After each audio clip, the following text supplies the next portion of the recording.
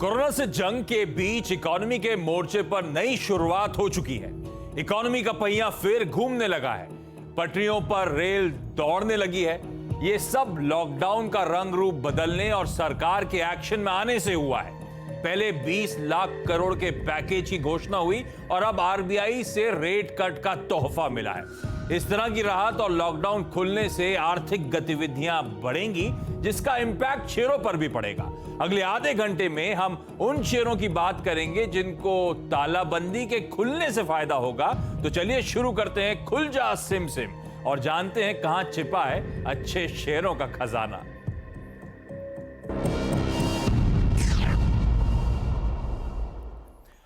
तो खुल जा सिम सिम, आपको याद होगा वो गुफा का दरवाजा बोलते ही खुलता है और अंदर खजाना होता है। वैसे ही विंडो ऑफ अपॉर्चुनिटी कहना चाहिए इस समय शेयर मार्केट्स में नजर आ रही है। हो क्या रहा है, लॉकडाउन से हम लोग अब धीरे धीरे करके बाहर आ रहे हैं, है ना। साथ साथ ध्यान रखें, सरकार एक्शन में है तो मेगा स्टिमुलस अनाउंस करा 20 लाख करोड़ से ज्यादा का। उसके साथ साथ आरबीआई समय से पहले अर्थव्यवस्था की, इकोनॉमी के हालात सुधारने की कोशिश कर रहा है। तो सब जुटे हुए हैं।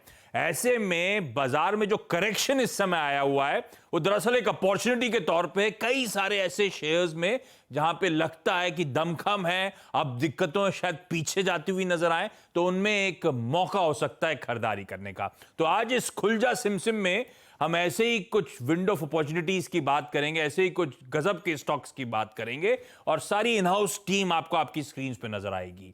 दिल्ली से वीरू और दीपाली जुड़ रहे हैं, नीरज जी जुड़ रहे हैं और साथ साथ हर्षदा हैं जो कुछ बेहतरीन स्टॉक्स आपके लिए हाईलाइट करने वाले हैं। और साथ साथ हमारे साथ होंगे मयूरेश जोशी, विलियम ओनील के। तो मयूरेश, ये पिक्स तो ये लोग दे ही रहे हैं लंबी अवधि के लिए, आज से कौन से स्टॉक्स इनको अट्रैक्टिव लगते हैं। मयूरेश से भी उन कंपनीज के हम लोग फंडामेंटल्स डिस्कस करेंगे, उन स्टॉक्स को वेट कराएंगे। तो ये है बेसिक आइडिया। नीरज जी ठीक है ना, खुल जा सिम सिम।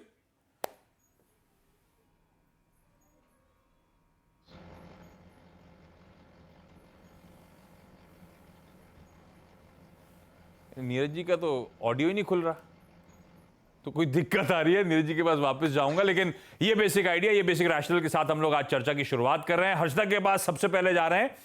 हर्षदा आप ही जवाब दे दीजिए, नीरज जी तो जवाब दे नहीं रहे। आजकल नीरज जी बहुत ज्यादा जवाब देते नहीं है, गुस्सा थोड़ा रहते हैं थोड़ा सा। कैसा है ये आइडिया, ठीक है ना खुल जा सिम सिम का? ये समय हो सकता है कई सारे स्टॉक्स में एक्यूमुलेट करने का। एकदम बढ़िया है। जी हाँ, और देखिए जब अलीबाबा और 40 चोर, जो 40 चोरों की गुफा के सामने अलीबाबा गए थे तो उन्होंने यही कहा था कि खुल जा सिमसिम, और उसके बाद खजाना मिला था। तो मार्केट में जिस तरह का फॉल देखने को मिला आशीष, यही कहने की जरूरत है, खुल जा सिमसिम और अच्छे खासा खजाना मिलेगा।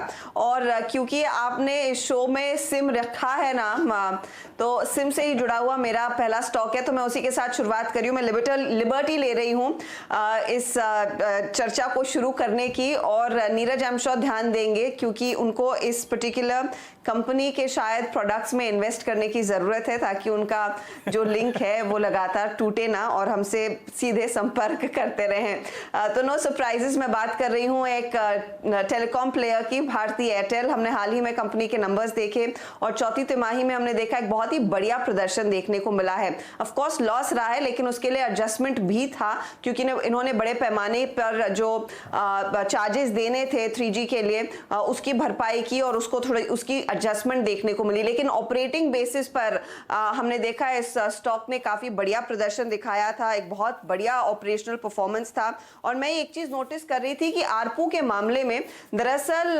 भारतीय मोबाइल इंडस्ट्री में इस कंपनी ने सबसे स्ट्रॉन्गेस्ट आरपूस पोस्ट किए थे और इंडियन मोबाइल आरपू करीब करीब 14% तक की ग्रोथ दिखाने में कामयाब था।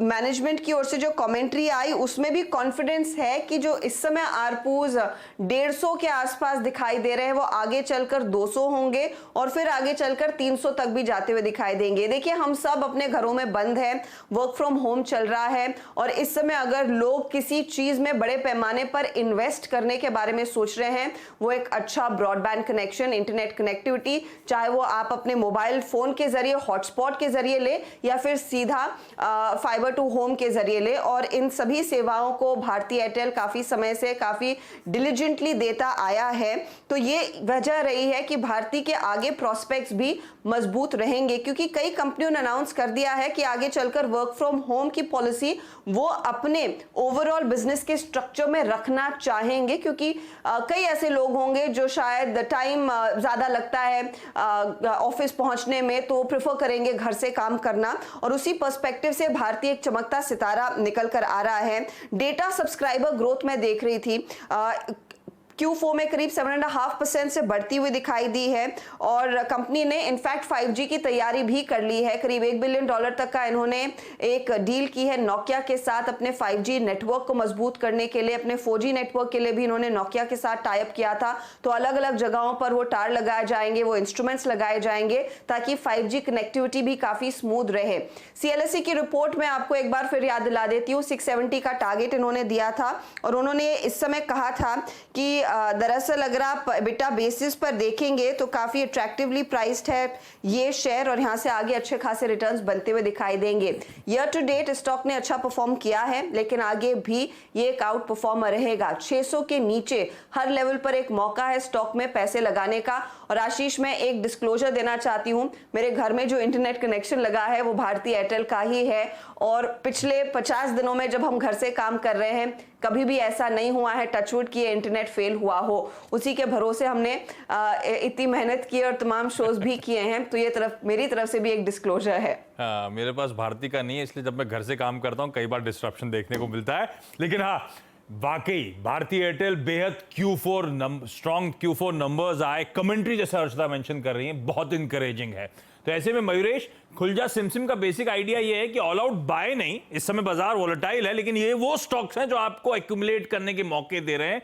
यहां पे आप एक्यूमुलेट करके चले और इवेंचुअली लॉन्ग टर्म में ये स्टॉक्स अच्छे पोटेंशियल अपसाइड्स का दमकम रखते हैं। भारती एयरटेल उस लिहाज से कैसा लगता है?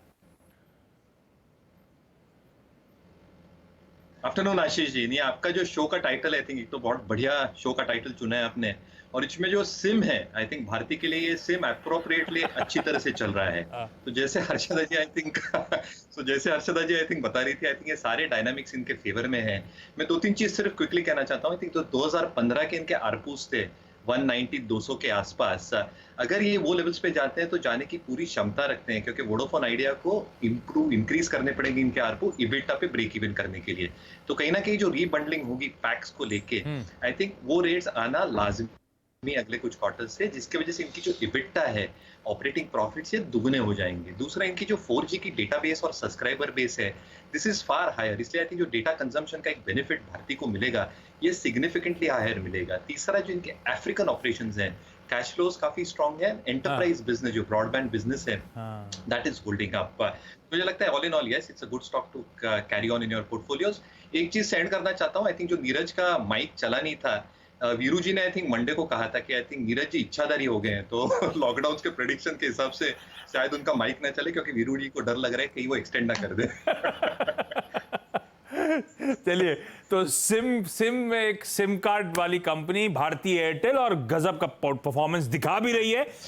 बहुत लंबे कंसोलिडेशन के मोड से अब ये बाहर आया है और लग रहा है कि तगड़ा दमखम आगे दिखाता हुआ नजर आएगा। नीरज जी तो खैर कई बार इसको आजकल 2020 की टीम में भी शुमार कर रहे हैं इसी लॉजिक के साथ। तो सबको पसंद आ रहा है भारती एयरटेल। इस समय एक्यूमुलेट करने के मौके होंगे।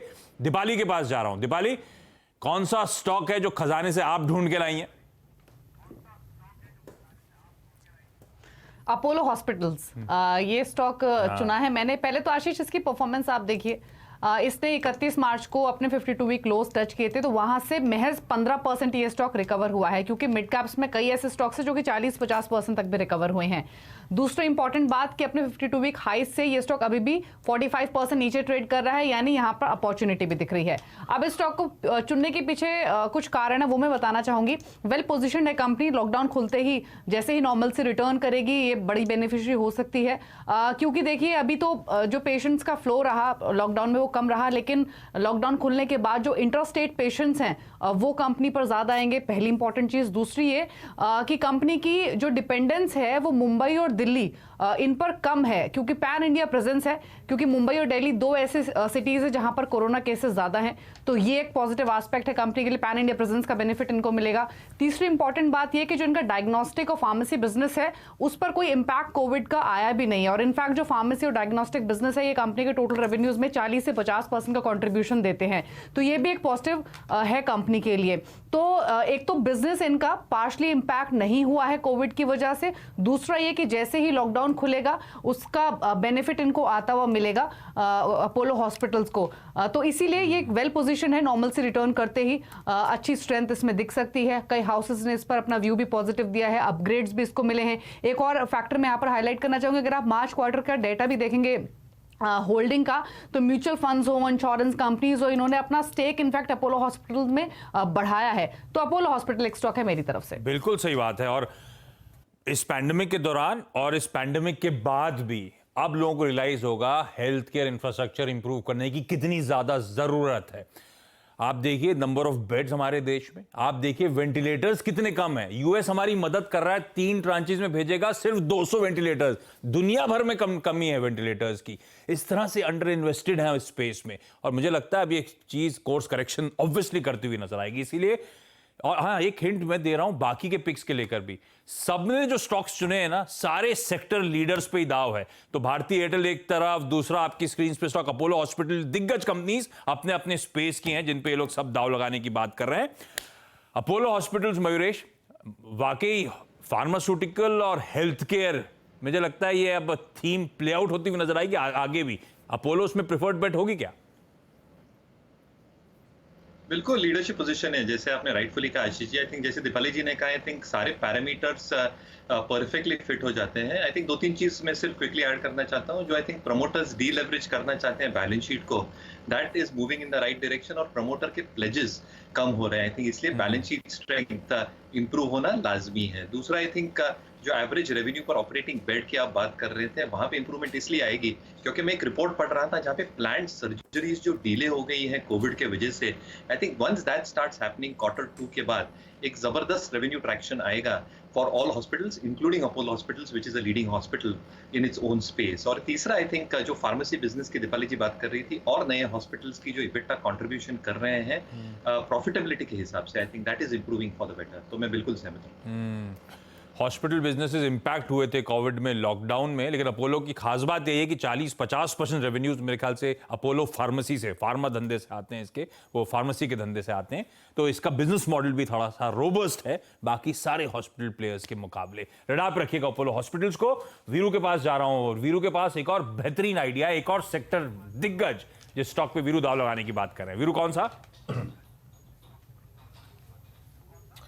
पेंट्स। और मुझे अगर आप देखें स्टॉक सिलेक्शन में बहुत दिक्कत नहीं हुई आशीष, लेकिन मेरे को एक अच्छी टाइमिंग मिल रही थी, मैंने इस स्टॉक को इसलिए पिक किया। एशियन पेंट्स आपकी स्क्रीन पर है, इसमें बात करने की अगर आप देखें बहुत कोई ज़रूरत नहीं है कि इंडस्ट्री के लीडर है ये। जो ऑर्गेनाइज मार्केट है उसका लगभग 50% मार्केट शेयर आशीष होल्ड करते हैं। और आपकी स्क्रीन पर आशीष में आई थिंक मैंने क्योंकि प्राइस पर फोकस किया है, पिछले अगर आप देखें 11 साल से ये स्टॉक अप ट्रेंड में रहा है। ये आपकी स्क्रीन पे, ये आपकी स्क्रीन पे ना आशीष है कि ये मंथली, ये डेली चार्ट्स है। डेली चार्ट पे जरा प्लीज इस इमेज को रीड कीजिएगा। एक चैनल में चलता था ये higher age lower age, higher age lower age, लेकिन पिछले 5 महीने में स्पेशली अगर आप देखें अक्टूबर, नवंबर, दिसंबर, जनवरी, इसमें ओवरशूट कर गया ये, क्योंकि इस पर अर्निंग्स बहुत अच्छी रही थी और ये ओवरशूट करके इस चैनल से बाहर निकल गया। लेकिन फिर इस रिट्रेसमेंट में हाल में एक ब्रोकिंग हाउसेस ने एक हाउस ने इस पर काफ़ी बड़ा सेल भी दिया था। लेकिन आशीष अब अगर आप इस चार्ट को देखें तो ये इस लंबी ट्रेंड लाइन के बेस पे आ चुका है, जिसे कहते हैं बेस ट्रेंड लाइन, उस बेस पे आ चुका है। अच्छा, अब मैं आपको एक मंथली चार्ट दिखाता हूँ उसका। मंथली चार्ट देखिए, मंथली चार्ट में एग्जैक्टली हर कैंडल जो है एक मंथ को डिनोट करती है। अब आप इसको बारीकी से देखिए, कभी भी बीते 11 साल में 2009 से लेकर 2020 तक इसने इस मंथली बेस को वॉलेट नहीं किया। आप मार्च की, अप्रैल की और मई की कैंडल्स को देखिए, लोअर शेडो, जिसे मैंने गोल आर्क से अगर आप देखें रिफ्लेक्ट किया है, लोअर शेडो का बड़ा होना, यानी प्राइस नीचे नहीं टिक रहा है, डिमांड में है प्राइस। बार बार अगर आप देखें यहां पे बाइंग आ रही है। कल का डिलीवरी वॉल्यूम था 50%।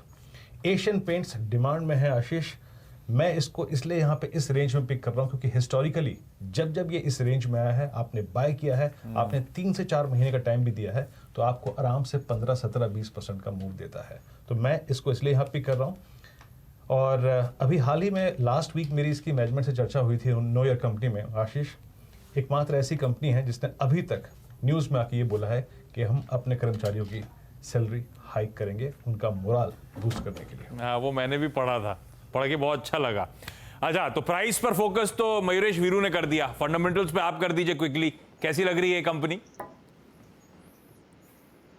बहुत बढ़िया है आशीष जी। और आई थिंक जो लीडरशिप पोजीशन है, डीलर नेटवर्क इसका हो, फैक्ट्रीज हो, जो डिस्टेंपर एमल्शन मार्केट शेयर में आई थिंक लीडरशिप है, और जो अनऑर्गेनाइज मार्केट जो मूव होगा ऑर्गेनाइज मार्केट की तरफ।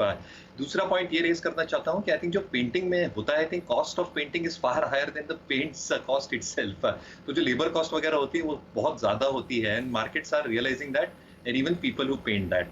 तीसरा I think in terms of volume growth Q1 Q2 में जरूर एक मार पड़ेगी, but repainting demand should come back significantly.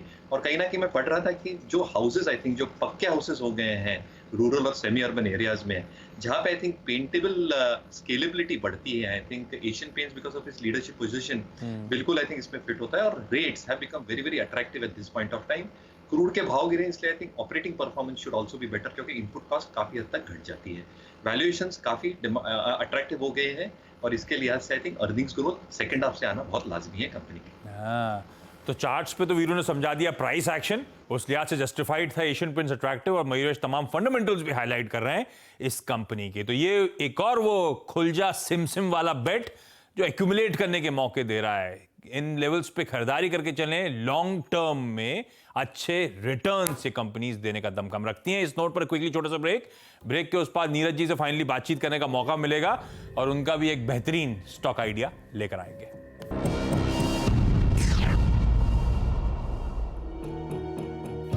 Break के बाद आपका स्वागत है। हम बात कर रहे हैं खुलजा सिम सिम स्टॉक्स की। अब ये खुलजा सिम सिम स्टॉक्स क्या है?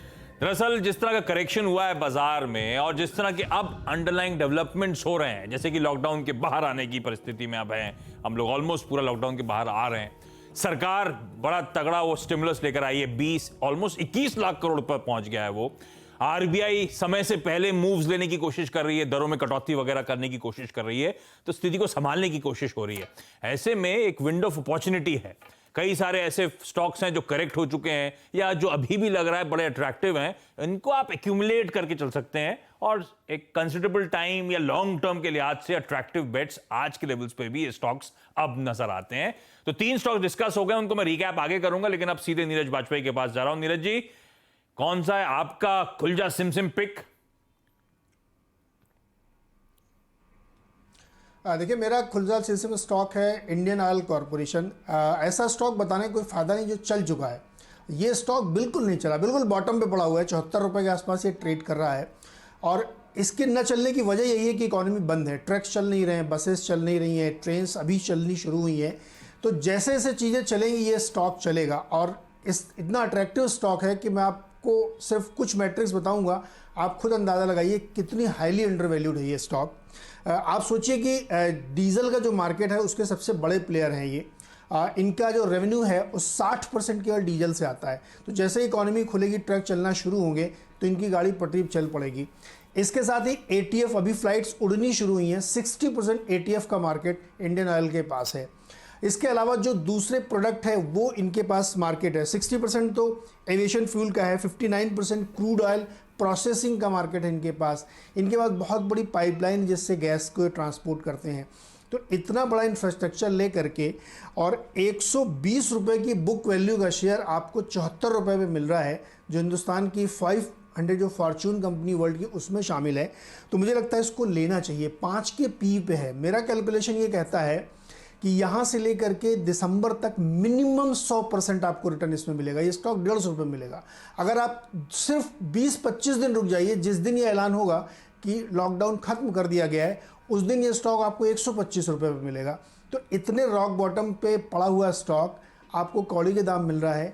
आप इसको डिलीवरी लीजिए, फ्यूचर में लीजिए, जैसे मर्जी लीजिए, और इसको रखिए, आपको बहुत बेहतरीन रिटर्न देगा, क्योंकि ये स्टॉक चला नहीं है। और इसके चलने की सिर्फ एक ही शर्त है कि जिस दिन लॉकडाउन खत्म होने का ऐलान किया जाएगा, इंडियन ऑयल दौड़ पड़ेगा। मुझे लगता है इस स्टॉक को आपको नज़र में रखना चाहिए। बहुत ही बेहतरीन शेयर है, बहुत अच्छी कंपनी है और इस समय वक्त की मारी है, तो अगर आप इसका साथ देंगे तो आपको ज़बरदस्त रिटर्न देगा ये। आपने कह दिया हम देंगे, बिल्कुल देंगे। और आईओसी जिस तरह के वैल्यूएशंस हाईलाइट करे जा रहे हैं, जिस तरह की बीटन डाउन स्टोरी, और अखबार लॉकडाउन खुलने की परिस्थिति में हम आ रहे हैं। अब एयरलाइन रूट्स खोले जा रहे हैं 31 मई के बाद, शायद लॉकडाउन 5.0 हो ना हो, अब तक तो उसमें भी क्लैरिटी नहीं है। तो हम शायद लॉकडाउन के अब धीरे धीरे बाहर आ रहे हैं और शायद कोरोना वायरस के साथ जीना हमें सबको सीखना पड़ेगा। तो ऐसे में ये कंपनी बहुत अट्रैक्टिव है, ऐसा नीरज जी कह रहे हैं। लेकिन मयूरेश से भी वेट करा लिया जाए।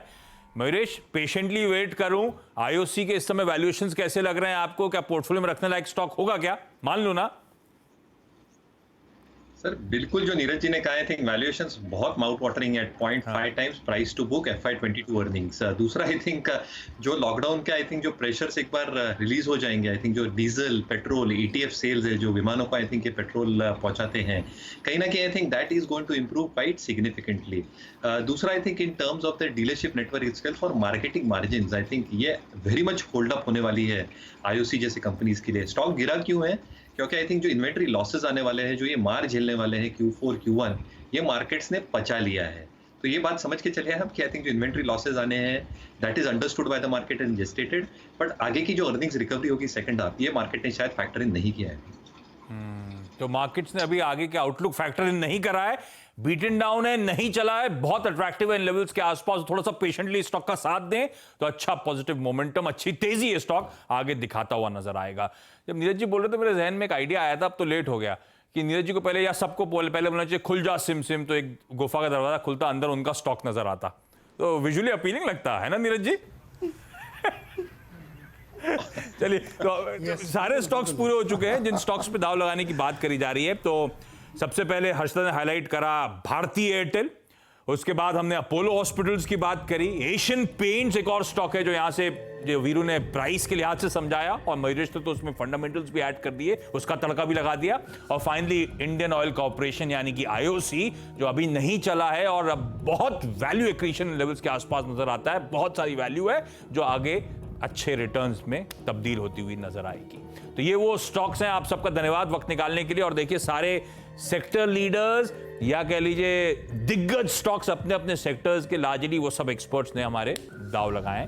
मयूरेश, आपका भी बहुत बहुत धन्यवाद इन सारे स्टॉक्स पे अपनी फंडामेंटल कॉल देने के लिए। इस नोट पर आज के इस खास पेशकश खुल जा सिमसिम में इतना ही। ब्रेक ले रहा हूं, ब्रेक के उस पार भी CNBC आवाज पे न्यूज कवरेज कंटिन्यू करेगा। नमस्कार।